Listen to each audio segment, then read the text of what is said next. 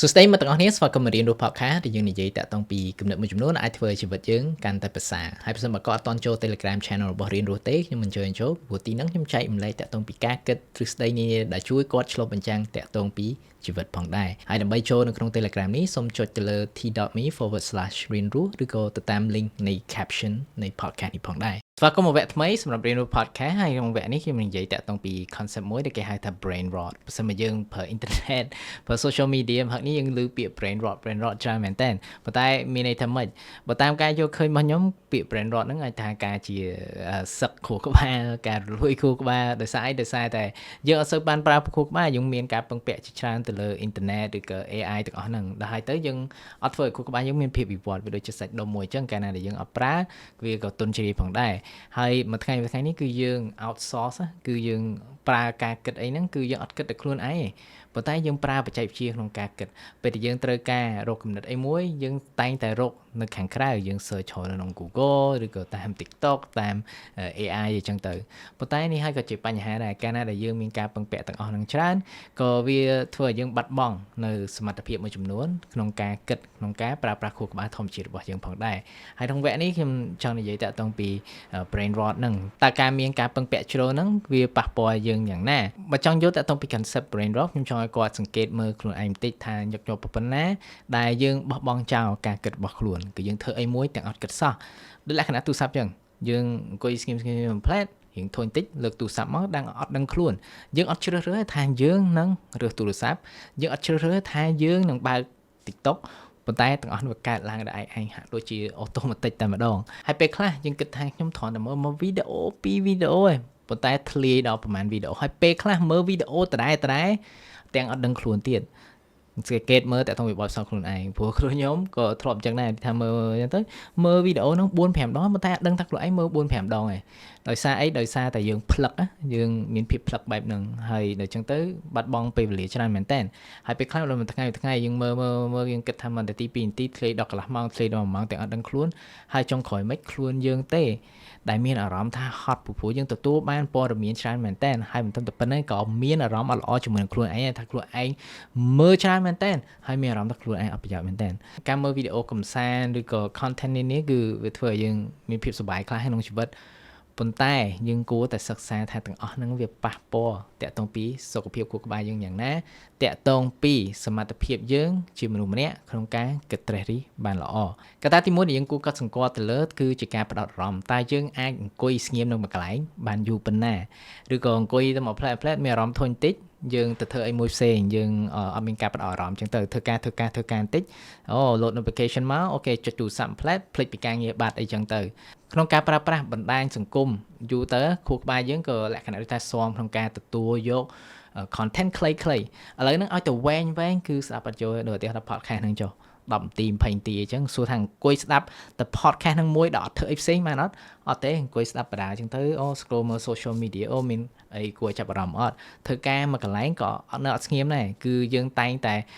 ចង់រកស្អីមួយផ្សេងយកមកធ្វើយើងអត់អាចអង្គុយមួយកន្លែងការអានសភៅក៏ដូចគ្នាដែរដោយសារអីដោយសារយើងស៊ាំជាមួយនឹងគេហៅថា dopamine loop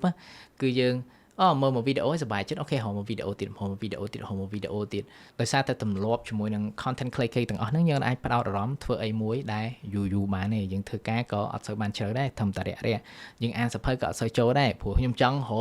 ការសង្ខេបយកមកអានបាត់ហើយសួរថាការអង្គុយធ្វើការអានសភៅហ្នឹងសួរថាយើងខ្ជិលមែនប្រហែលជាមិនខ្ជិលទេប៉ុន្តែដោយសារតែខួរក្បាលយើងស៊ាំតែជាមួយនឹងអ្វីដែលខ្លីអ្វីដែលស្រួលហើយដល់អញ្ចឹងទៅពេលយើងត្រូវដាក់ចិត្តធ្វើអីមួយគឺយើងអត់អាចផ្ដោតអារម្មណ៍បានពេញលេញទេកត្តាទី2គឺជាអ្វីមួយដែលគេហៅថា task switching គឺជាការផ្លាស់ប្ដូរការងារឬក៏កិច្ចការរបស់យើងពីមួយទៅមួយតើអ្នកដឹងអត់កាលណាដែលយើងផ្លាស់ប្ដូរអ្វីដែលខ្លួនធ្វើពីមួយទៅមួយច្រើនដងក្នុងពេលមួយថ្ងៃវាធ្វើឲ្យខួរក្បាលយើងចាប់ផ្ដើមឆាប់ហត់ដូចលក្ខណៈថាឥឡូវខ្ញុំកំពុងធ្វើកិច្ចការនេះរួចទៅខ្ញុំធ្វើកិច្ចការមួយទៀតរួចទៅខ្ញុំទៅធ្វើកិច្ចការមួយទៀតឥឡូវដូរចម្រៀងស្ដាប់ចម្រៀងដូរដាក់ podcast វិញគឺយើងមានការផ្លាស់ប្ដូរទាំងអស់ហ្នឹងយើងគិតថាទាំងអស់ហ្នឹងគឺជាអ្វីមួយដែលគេហៅថា multitasking គឺការធ្វើការងារច្រើនឬក៏កិច្ចការច្រើនឬក៏សកម្មភាពច្រើនក្នុងពេលតែមួយប៉ុន្តែអ្វីដែលយើងធ្វើគឺជាការផ្លាស់ប្ដូរហើយការផ្លាស់ប្ដូរហ្នឹងគឺវាទាញនៅថាមពលយើងជាច្រើនមែនតើទាំងខួរក្បាលទាំងកាយទាំងចិត្តអីអស់ហ្នឹងហើយសម័យឥឡូវគឺយើងចូលចិត្តរឿង multitasking ទាំងអត់យល់ថាពេលខ្លះគឺយើងធ្វើរឿងពីរក្នុងពេលតែមួយមែនប៉ុន្តែជាមួយនឹង គុណភាពអត់សូវល្អទេដោយសារអីយើងឡើងទីឆ្លាស់អារម្មណ៍ពីមួយទៅមួយដូចទីហើយពេលយើងឆាតនៅក្នុង Telegram ចុះ Telegram របស់ខ្ញុំមើលទៅក៏ហត់ដែរ culture យើងក្នុងការប្រើ Telegram ដូចថាបើកមកសារមានច្រើនម្ដងឆាតមួយនេះនិយាយរឿងការងារនេះហួយទៅយើងដូរទៅឆាតមួយម្នាក់នោះនិយាយរឿងការងារនោះអញ្ចឹងគូក្បាលយើងចាប់ផ្ដើមគិតលើអាហ្នឹងឯងហួយទៅប្រហែលទីទៀតយើងទៅឆាតមួយម្នាក់ទៀតចឹងថាមួយថ្ងៃគឺថា topic វាជុំម្ដងនិយាយមួយអ្នកនេះម្ដងនិយាយមួយម្នាក់នោះនិយាយរឿង topic នោះហួយទៅត្រឡប់ទៅអ្នកហ្នឹងតដែរហើយគ្រូក្បាលយើងក៏ចាប់ផ្ដើមដូចថាវា hot មែនតើណាក្នុងការយើងឆ្លើយតបនឹងឆ្លាស់ការងារកិច្ចការពីនឹងប្រធានបទពីមួយទៅមួយមិនថាយើងអង្គុយធ្វើការថ្ងៃហ្នឹងខ្ញុំធ្វើតាក់ទងពី podcast 3-4 ម៉ោងហ្នឹងខ្ញុំធ្វើតែ podcast ហ្នឹងគត់ខ្ញុំអត់ធ្វើអីផ្សេងទេអត់ទេឥឡូវហ្នឹងគឺយើងតែងតែចង់ឆ្លាស់ពីមួយទៅមួយរហូតហើយទាំងអស់ហ្នឹងវាធ្វើឲ្យយើងឆាប់ hot មែនតើហើយម្យ៉ាងទៀតកាលណាដែលយើងមានទម្លាប់ផ្លាស់ប្ដូរការងារណាយើងដូចថាងាយនឹងចាប់ផ្ដើមការងារធ្វើអីមួយប៉ុន្តែធ្វើឲ្យដែរចប់ទេព្រោះមុនចប់យើងទៅធ្វើអីមួយផ្សេងទៀតទេដូររហូតហើយដល់ចុងក្រោយគឺអាការងារដែលយើងចាប់ផ្ដើមគឺច្រើនប៉ុន្តែអាការងារហើយមែនតើគឺអត់សូវមានព្រោះយើងអត់បានអង្គុយធ្វើទាំងអស់ហ្នឹងយើងតែងតែរំខានខ្លួនឯងមាន distraction ក្នុងការធ្វើកិច្ចការមួយផ្សេងមុននឹងបញ្ចប់ការងារដែលកំពុងមាននៅក្នុងដៃហើយលទ្ធផលចុងក្រោយយ៉ាងម៉េចគឺដឹងតែល្វើយប៉ុន្តែសួរថាមានផលអត់គឺអត់មានផលទេពីព្រោះយើងអាឡែងតែធ្វើនេះធ្វើនោះកញ្ចក់អាតូចទាំងអាការងារធំហ្នឹងដល់ចុងសប្តាហ៍ចុងខែចុងអីគឺនៅតែអត់ហើយចឹងកត្តាទី3គឺជាការជឿជាក់ទៅលើការគិតផ្ទាល់ខ្លួនរបស់យើងហ្នឹងពេលដែលយើងមានសំណួរមួយនៅក្នុងចិត្តតើយើងគិតទៅលើសំណួរហ្នឹងដោយខ្លួនឯងឬក៏ភ្លាមហ្នឹងមិនតាន់គិតឃើញទាំងអស់យើងទៅឆែក Google ឬយើងទៅឆែក ChatGPT មុនហើយនេះហើយគឺជាបញ្ហាគឺយើងអត់ទាំងគិតទៅខ្លួនឯងផងហ្នឹងយើងទៅរកមនុស្សយន្តឆ្លើយឲ្យយើងប៉ុន្តែបើសិនបើយើងអត់ទម្លាប់គិតទៅខ្លួនឯងសមត្ថភាពនៃការគិតរបស់យើងហ្នឹងក៏វាអត់លូតលាស់ទៅមុខផងដែរខួរក្បាលយើងគឺដូចជាសាច់ដុំអញ្ចឹងបើយើងអត់ប្រើប្រាស់វានៅតែអត់រីកចម្រើនដោយឧទាហរណ៍ថាខ្ញុំទៅណាជិះម៉ូតូឬជិះឡានអីរហូតហើយខ្ញុំអត់ដែរប្រើកម្លាំងខ្លួនឯងប៉ុន្តែថ្ងៃមួយណាដែលខ្ញុំត្រូវរត់ត្រូវដើរត្រូវអីហ្នឹងគឺខ្ញុំអត់អាចទ្រទ្រង់បានដោយសារអត់ទម្លាប់ហើយដល់ពេលខ្លះដល់តែយើងរៀនស៊ាំខ្លួនឯងជាមួយនឹងការងារពិបាកទាំងអស់ហ្នឹងបានខ្លួនយើងវារីកចម្រើនដូចជាការលើកអ្វីធ្ងន់ហ្នឹងសួរថាយើងត្រូវចាំបាច់លើកអីធ្ងន់អត់ទេសួរថាត្រូវទៅរត់ម៉ារ៉ាតុងអត់ចាំបាច់ដែរសួរថាយើងត្រូវធាក់កង់អត់ក៏អត់ចាំបាច់ដែរប៉ុន្តែបើយើងអត់ធ្វើទាំងអស់ហ្នឹងសុខភាពយើងវាក៏ទន់ខ្សោយទៅតាមហ្នឹងដែរខួរក្បាលយើងក៏ដូចគ្នាដែរសួរថាត្រូវគិតលេខដោយដៃអត់ចាំបាច់ទេឥឡូវមាន Casio សួរថាត្រូវគិតអីអត់ក៏អត់ចាំបាច់ដែរដោយសារមាន ChatGPT ឯងសួរថាត្រូវរៀនត្រូវអានអីអត់អូខេ ChatGPT ក៏អាចសម្រាយខ្ញុំឲ្យជាមួយនឹងធ្វើការសង្ខេបនានាខ្ញុំផងដែរប៉ុន្តែបើសិនបើយើងអត់ធ្វើទាំងអស់ហ្នឹងសួរថាយើងនឹងលូតលាស់យ៉ាងម៉េចហើយលើសពី AI ទៅទៀតយើងក៏តែងទៅរក content creator ណាមួយក្នុងការមើលការចែករំលែករបស់គាត់ថាខ្ញុំគួរធ្វើយ៉ាងម៉េចដើម្បីដោះស្រាយបញ្ហាក្នុងជីវិតរបស់ខ្ញុំអីចឹងទៅវាពិតជាល្អដែលថាពេលខ្លះយើងទៅរកដំបូន្មានប៉ុន្តែកាលណាដែលយើងទម្លាប់ក្នុងការត្រង់ចាំដំបូន្មានពីអ្នកដទៃមានន័យថាយើងអត់មានភាពស្វាហាប់ក្នុងការដោះស្រាយបញ្ហាខ្លួនឯងពេលខ្លះដល់យើងរៀនប្រឈមមុខហើយឆ្លោះបញ្ចាំងតាក់ទងពីជីវិតខ្លួនយើងផ្ទាល់ ChatGPT ហើយជាមួយនឹងអ្នកដទៃមិនថាគាត់ចេះច្រើនយ៉ាងណាក៏អត់អាចជួយយើងបើសិនបើយើងអត់ឆ្លោះបញ្ចាំងបានឆ្លោះដោយខ្លួនឯងទេដោយទីហោ ChatGPT ខ្ញុំវាគ្រាន់តែអាចយកពីខ្ញុំទៅតាមអ្វីដែលខ្ញុំប្រាប់វាតាក់ទងពីខ្ញុំប៉ុន្តែអ្វីដែលខ្ញុំយកតាក់ទងពីខ្លួនឯងក៏នៅមានកម្រិតដែរហើយអញ្ចឹងទៅខ្ញុំអាចពង្រឹងឲ្យ ChatGPT ទាំងអស់ហ្នឹងឲ្យមកផ្ដល់តាក់ទងពីដំបូន្មានឲ្យចំខ្ញុំយ៉ាងម៉េចចុងក្រោយគឺខ្ញុំនៅតែត្រូវឆ្លុះបញ្ចាំងដោយខ្លួនឯងយល់ពីខ្លួនឯងហើយជាពិសេសគឺទៅលើសំណួរជីវិតនានាដែលខ្ញុំកំពុងមានពីព្រោះបើខ្ញុំអត់ធ្វើបែបហ្នឹងទេខ្ញុំនឹងបង្កើតនៅការពឹងពាក់មួយទៅលើការគិតហ្នឹងគឺខ្ញុំលែងមានទំនុកចិត្តទៅលើការគិតនានាដែលខ្ញុំមានក្នុងចិត្តទៀតហើយពីព្រោះបើខ្ញុំត្រូវគិតអីមួយខ្ញុំទៅរកជនណាម្នាក់ឬក៏បច្ចេកវិទ្យាណាមួយក្នុងការឆ្លើយតបទាំងអស់ហ្នឹងឲ្យខ្ញុំហើយដោយសារមុនហ្នឹងខ្ញុំនិយាយតាក់ទងពី AI ច្រើនខ្ញុំក៏ចង់លើកសំណួរមួយដែលយើងគួរសួរខ្លួនឯងដែរបើសិនមកខ្ញុំប្រើ AI ដើម្បីជំនួសការគិតរបស់ខ្ញុំហ្នឹងតើស្អីទៀតដែលនៅសេសសល់ក្នុងភាពជាមនុស្សរបស់ខ្ញុំពីព្រោះដោយសារអីយើងមើលតាក់ទងពីប្រវត្តិសាស្ត្រនិង evolution របស់មនុស្ស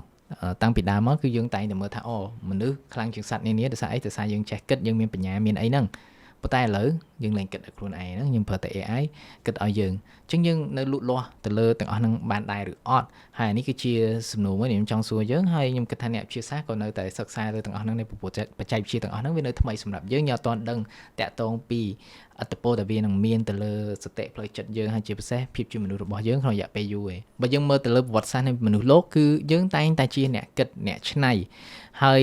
យបើសិនមកយើងយក AI មកធ្វើទាំងអស់ហ្នឹងយើងសួរថា ចំណុចខ្លាំងរបស់យើងឥឡូវវានៅជាអីយល់ទេខ្ញុំលើកនេះមិនមែនហាមអត់ឲ្យប្រើ AI ពីព្រោះខ្លួនខ្ញុំតក៏ប្រើដែរប៉ុន្តែយើងរៀនប្រើឲ្យចេះគិតយើងត្រូវយល់ថាតើ AI ជាអ្នកដឹកនាំយើងឬក៏យើងជាអ្នកដឹកនាំ AI ហើយនេះគឺជាអ្វីមួយដែលខ្ញុំជំរុញឲ្យយើងមើលទៅលើឡើងវិញហើយវាពិតជាសំខាន់នៅក្នុងសម័យដែលស្មុគស្មាញមួយនេះដែលមានបច្ចេកមួយដ៏ថ្មីដែលអាចជំនួសយើងតែម្ដងមកដល់ចំណុចនេះយើងបាននិយាយតាក់ទងពី brain rot តាក់ទងពី AI តាក់ទងពី internet តាក់ទងពី social media អីចឹងអ្វីដែលខ្ញុំចង់លើកឡើងគឺទាំងអស់ហ្នឹងគឺមិនមែនជាបញ្ហាទេប៉ុន្តែជារបៀបប្រើប្រាស់របស់យើងគួរមើលទៅលើទាំងអស់ហ្នឹងគឺជាឧបករណ៍វាដូចជាញញោមមួយអញ្ចឹងញញោអត់អាចទៅដំដែកបានទេដល់តែមានដៃមនុស្សយកទៅកាន់ហើយយកទៅដំដែកមិនវាអាចដំដែកនឹងបានហើយអ៊ីនធឺណិតក៏ដូចគ្នាដែរគឺវាអាចគ្រប់គ្រងជីវិតយើងឯងវាគ្រាន់តែអាចគ្រប់គ្រងជីវិតយើងបើសិនបើយើងបណ្ដោយវាគ្រប់គ្រងជីវិតរបស់យើងហើយនេះគឺជាចំណុចមួយដែលខ្ញុំជំរុញឲ្យគាត់ឆ្លុះបញ្ចាំងឡើងវិញតាក់ទងពីទំនាក់ទំនងរបស់ខ្លួនជាមួយនឹងបច្ចេកវិទ្យាដែលខ្លួនប្រើតើមួយណាគឺជាម្ចាស់អូខេខ្ញុំទិញទូរស័ព្ទហ្នឹងមែនខ្ញុំបង់លុយអ៊ីនធឺណិតមែនខ្ញុំបង់លុយ subscription AI ហ្នឹងមែនប៉ុន្តែចុងក្រោយខ្ញុំជាអ្នកប្រើគឺខ្ញុំគឺជាម្ចាស់ឬក៏ខ្ញុំជាទាសករនៃបច្ចេកវិទ្យាទាំងអស់ហ្នឹងនេះគឺជាសំណួរមួយដ៏សំខាន់ដែលយើងគួរសួរខ្លួនឯងក្នុងសម័យនេះយើងគួរណាគិតគូរឡើងវិញតាក់ទងពីគោលបំណងនៃការប្រើប្រាស់របស់យើងទៅលើបច្ចេកវិទ្យាទាំងអស់ហ្នឹងកុំគ្រាន់តែប្រើដោយសារវាងាយស្រួលប្រើប៉ុន្តែគិតតែច្បាស់លាស់យើងចង់បានអីពីវាដូចលក្ខណៈពី TikTok ចឹងបើសិនមកយើង search រកអីចឹងអូខេយើងនឹងបានព័ត៌មានទាំងអស់ហ្នឹងប៉ុន្តែពេលខ្លះគឺយើងមើលមួយវីដេអូទៅមួយវីដេអូយើងមិនមែនជ្រើសរើសមើលវីដេអូហ្នឹងទេប៉ុន្តែយើងមើលទៅតាមអ្វីដែល TikTok ចង់បញ្ចាំងឲ្យយើងហើយយើងនៅមើលទៅអញ្ចឹងរហូតសួរថាយើងជ្រើសរើសមើលវីដេអូហ្នឹងអត់ទេប៉ុន្តែវាជាប់គាំងនៅនឹងដោយសារអីគឺយើងអាចដកខ្លួនចេញពីកន្លែងហ្នឹងបានអញ្ចឹងដល់តែយើងរៀនបង្កើតភាពម្ចាស់ការឡើងវិញជាបុគ្គលម្នាក់ចាប់ផ្ដើមយ៉ាងម៉េចដោយផ្ដោតទៅលើគោលបំណងរបស់ខ្លួនតើហេតុអ្វីទៅដែលខ្ញុំគួរប្រើបច្ចេកវិទ្យាទាំងអស់ហ្នឹងហើយខ្ញុំប្រើដើម្បីអីយើងត្រូវសិក្សាឡើងវិញបើសិនមកយើងចង់ឈប់មាន brain rot ឬក៏ការមានខួរក្បាលសឹកហ្នឹងតើយើងគួរចាប់ផ្ដើមពីណាទៅដំបូងឡើយបើសិនមកយើងមានសំណួរអីមួយក្នុងចិត្តគួរណាកុំតន់ទៅ search ភ្លាមទៅលើ Google ឬក៏ ChatGPT អីហ្នឹងប៉ុន្តែចាប់ផ្ដើមទៅសួរខ្លួនឯងអង្គុយជាមួយនឹងក្រដាស់មួយសន្លឹកហើយសរសេរមកគិតឃើញអីសរសេរហ្នឹងទោះបីជាអ្វីដែលយើងសរសេរវាមិនឥតខ្ចោះយ៉ាងណាក៏ដោយប៉ុន្តែសរសេរសិនមកនេះគឺជាការផ្ដល់តម្លៃនៃការគិតរបស់ខ្លួនហើយខ្ញុំនិយាយមែនណាខ្លួនខ្ញុំជាអ្នកនិពន្ធណាខ្ញុំតែងតែសរសេរមុនរហូតប៉ុន្តែមួយរយៈដែលថាខ្ញុំប្រើ ChatGPT ហើយខ្ញុំមានអារម្មណ៍ថារបស់ឯងសរសេរដូចមិនសូវអត់ខ្ចោះសោះអញ្ចឹងទៅក៏ចាប់ផ្ដើមលែងសូវមានទំនុកចិត្តលើអ្វីដែលខ្លួនឯងសរសេរដល់ដឹងខ្លួនអញ្ចឹងហើយខ្ញុំចាប់ផ្ដើមដកខ្លួនពី AI តិចខ្ញុំសរសេរមិនអត់ខ្ចោះយ៉ាងណាក៏ខ្ញុំសរសេរដែរហើយខ្ញុំក៏ជំរុញគាត់ធ្វើបែបហ្នឹងដែរបើសិនមកមានសំណួរមានការគិតអីមួយសរសេរចេញមកកុំពឹងទៅលើ AI ហ្នឹងអ្វីដែលវាអាចឲ្យយើងគឺវាអាចល្អជាងអ្វីដែលយើងមានមែនប៉ុន្តែគួរណាយកថាអ្វីដែលយើងបង្កើតខ្លួនឯងគឺជាអ្វីមួយដែលចេញពីយើងមែនទី2គឺជាការ block ពេលវេលារបស់យើងហ្នឹងពេលដែលយើងដឹងតែខ្លួនឯងធ្វើការក្នុងរយៈពេល1ម៉ោង2ម៉ោងហ្នឹងថាអូខេយើងត្រូវផ្ដោតអារម្មណ៍លើកិច្ចការហ្នឹងយកទូរស័ព្ទចេញហ្មងហើយតាក់ទងពីកុំព្យូទ័រយើងគឺបិទ browser បិទអីទាំងអស់និយាយទៅគឺផ្ដល់ពេលវេលាប្រហែលម៉ោងហ្នឹងគឺដើម្បីតែការងារហ្នឹងមួយក្រៅពីហ្នឹងគឺកុំធ្វើអីផ្សេងដែលមិនពាក់ព័ន្ធតាក់ទងពីការងារហ្នឹងហើយពេលខ្លះបើកុំស្ដាប់ចម្រៀងហ្មងក៏បានដែរព្រោះពេលខ្លះពេលយើងស្ដាប់ចម្រៀងចំបត់អត់ចូលចិត្តអីចឹងលើកទូរស័ព្ទឡើងអូខេដូរបត់ដូរអីចឹងប៉ុន្តែមានណាត្រូវដូរបត់ចឹងទៅអូឃើញ notification social media អូខេបើក social media បាទអញ្ចឹងគឺរៀនផ្ដោតអារម្មណ៍ផ្ចង់ឲ្យបានច្បាស់លាស់បើយើងធ្វើអីមួយធ្វើទៅលើទាំងអស់ហ្នឹងហើយក្រៅពីហ្នឹងគឺកុំធ្វើអីទាំងអស់រៀនធ្វើមួយដឹងមួយជាជាងពឹងទៅលើ multitask ធ្វើការងារពី3ក្នុងពេលតែមួយការដែលយើងធ្វើបែបហ្នឹងគឺពេលខ្លះការងារយើងអត់ហើយមិនទៅប៉ុណ្្នឹងទេគួរញើតែកាន់តែហត់នោះទី3គឺជាការសួរខ្លួនឯងញឹកញាប់ពេលដែលយើងមើល content អីផ្សេងៗនៅក្នុង social media សួរសំណួរនេះហេតុអីខ្ញុំមើលហ្នឹងសួរឲ្យមើលវីដេអូសួរខ្លួនឯងតិចអាពេលខ្លះយើងមើលដោយសារតែវាបញ្ចាំងឲ្យយើងវាចេញវីដេអូហ្នឹងដោយសារ algorithm អីហ្នឹងប៉ុន្តែសួរថាយើងចង់មើលទាំងអស់ហ្នឹងអត់ទេសួរថាទាំងអស់ហ្នឹងវាមានប្រយោជន៍សម្រាប់យើងអត់ទេអូខេបើសិនមកដឹងបែបហ្នឹងគួរណាដកខ្លួនចេញពីវីដេអូហ្នឹងទៅកុំមើលទៀតអញ្ចឹងសួរខ្លួនឯងញឹកញាប់ពេលដែលយើងមើលហ្នឹងហេតុអីបើខ្ញុំចង់មើលហេតុអីបើខ្ញុំចង់មើលខ្ញុំគួរមើលទាំងអស់ហ្នឹងអត់ទី4គឺជាការប្រើ AI គឺជាអ្នកពិភាក្សាជាមួយយើងជាជាងជាអ្នកផ្ដល់ចម្លើយពេលខ្លះពេលយើងឆាតជាមួយ ChatGPT វាឲ្យអីអូខេអាហ្នឹងល្អហើយខ្ញុំជឿ អត់ទេរៀនបញ្ចេញវាបង្កើតជាការពិភាក្សាពេលខ្លះយើងជំទាស់វាខ្លះទៅហើយដល់ទាំងអស់ហ្នឹងពេលខ្លះក៏វាអាចរុញច្រានផលនៃការពិភាក្សាទៅដល់អ្វីមួយដែលកាន់តែប្រសើរជាងអ្វីដែលវាផ្ដល់ឲ្យដំបូងហ្នឹងទៀតអញ្ចឹងយើងរៀនគិតផងពេលវាឲ្យមួយគិតតិចថាទាំងអស់ហ្នឹងវាត្រូវមែនអត់អ្វីទៅដែលវានៅខ្វះខាតអ្វីទៅដែលខ្ញុំគួរសួរទៅលើទាំងអស់ហ្នឹងបន្ថែមហើយដល់អញ្ចឹងទៅវាជំរុញឲ្យយើងគិតកាន់តែប្រសើរផងដែរអញ្ចឹងធ្វើវាឲ្យខ្លាចជាអ្នកពិភាក្សាជាងអ្នកផ្ដល់ចម្លើយឲ្យយើងតែថាវានិយាយអីយើងជឿហ្នឹងទី5គឺជាការបណ្ដោយឲ្យខ្លួនឯងធុញកុំមើលអារម្មណ៍ធុញគឺជាបញ្ហាពេលខ្លះគំនិតល្អៗកើតឡើងនៅពេលដែលយើងធុញយើងដែលឮដូចពាក់លក្ខណៈនេះថាគេហៅ shower thought នេះថាមួយទឹកមានគំនិតអីមួយអញ្ចឹងទៅពេលដែលយើងកំពុងលាងចាន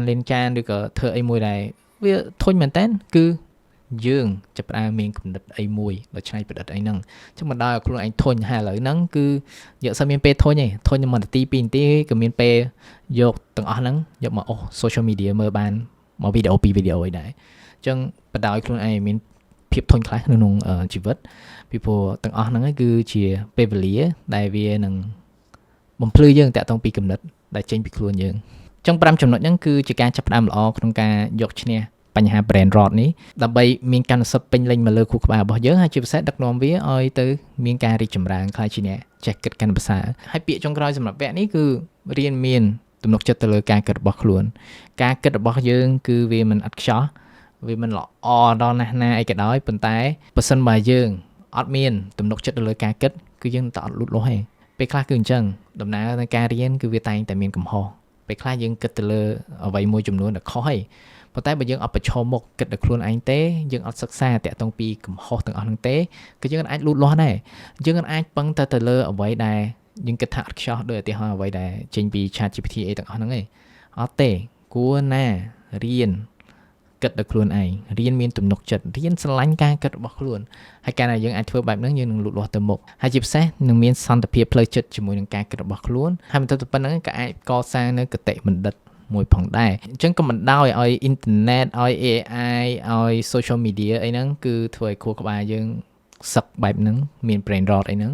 អត់ទេរៀនកសាងខ្លួនឯងហ្នឹងវិញហើយអ្វីមួយដែលខ្ញុំចង់ challenge អ្នកដែលស្ដាប់ក្នុងវគ្គនេះគឺសាកក្នុងរយៈពេលប្រហែលយប់នៅខាងមុខនេះគេងដល់អត់មានទូរស័ព្ទនៅក្បែរចំណាយពេលយើងរៀបគេងហ្នឹងដល់អត់មានទូរស័ព្ទហើយសង្កេតមើលតិចថាក្នុងរយៈពេលហ្នឹងគឺយើងមានការគិតអីខ្លះហើយភ្ញាក់ពីគេងមកចាប់ផ្ដើមសេតិចមកយប់មកខ្ញុំគិតអីខ្លះពេលខ្ញុំកំពុងសង្ងំគេងអីហ្នឹងហើយការដែលយើងធ្វើបែបហ្នឹងក៏ធ្វើរៀនធ្វើឲ្យខ្លួនឯងវាមានភាពយឺតយ៉ាវខ្លះនៅក្នុងជីវិតដល់អញ្ចឹងទៅយើងអាចសម្លឹងមើលឃើញខ្លួនឯងវាមិនចាំបាច់ដល់លះលឿនរហូតទេប៉ុន្តែមួយពីព្រោះមួយនេះហើយគឺជាដំណើរទៅលើការគិតបានល្អអូខេអរគុណច្រើនក្នុងការស្ដាប់វគ្គនេះហើយបើសិនបើក៏អត់តន់ចូលក្នុង Telegram Group ទេសូមអញ្ជើញចូលព្រោះនៅទីហ្នឹងយើងចែកម្លែកតាក់ទងពី content ពិសេសហើយនឹងការគិតមួយចំនួនហើយនឹងដំណឹងពីរៀនរស់ Academy ផងដែរអញ្ចឹងចាំជួបគ្នានៅ episode ខាងមុខដរាបណាអ្នករៀនរស់